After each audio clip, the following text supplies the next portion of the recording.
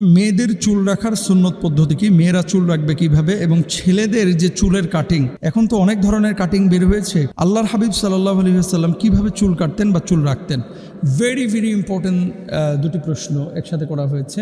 মেয়েরা চুল কাটবে কিভাবে, মেয়েদের চুল, অনেকের চুল বড় হতে হতে একেবারে কোমরের নিচ পর্যন্ত গিয়ে হাঁটু পর্যন্ত গিয়ে ঠেকছে, তারপরেও হাত দেয় না। এই কিছু মহিলা আছে দেখবেন যে এরকম চুল নিয়ে চুল ছাড়িয়ে দিয়ে টিএসসিতে হাঁটতেছে, মানে দেখাচ্ছে দেখো আমার চুল কত বড়। এরকম কিছু মহিলা আছে, সম্পূর্ণরূপে হারাম। এই যে চুল খুলে আপনি রাস্তার ভিতরে হাঁটতেছেন না, এই চুলগুলো সাফ হয়ে কিয়ামতের ময়দানে আপনার দংশন করবে। তাহলে নারী চুল রাখবে কিভাবে, খেয়াল করেন। নারী চুল ছেড়ে দিবে। অবান্তর যে চুলগুলো আছে, অনেক সময় মুখে ঢুকে যায়, কানে ঢুকে যায়, খুব বিশ্রী দেখা যায়, এই ধরনের চুলগুলো ওপর থেকে কেটে ফেলতে পারে। সেটা পুরুষের সাদৃশ্য হতে পারবে না। 2 নম্বর হচ্ছে কোমর পর্যন্ত নারীরা চুল রাখবে, এর নিচে যে চুলগুলো নেমে যাবে এটা কেটে ফেলবে। আর যদি কেউ ছেড়ে রেখে দেয় যে না আমি ঢেকে ঢুকে রাখবো, বাইরে খোলামেলা চলাফেরা করবো না, তার জন্য জায়েজ আছে, এটা হারাম কিচ্ছু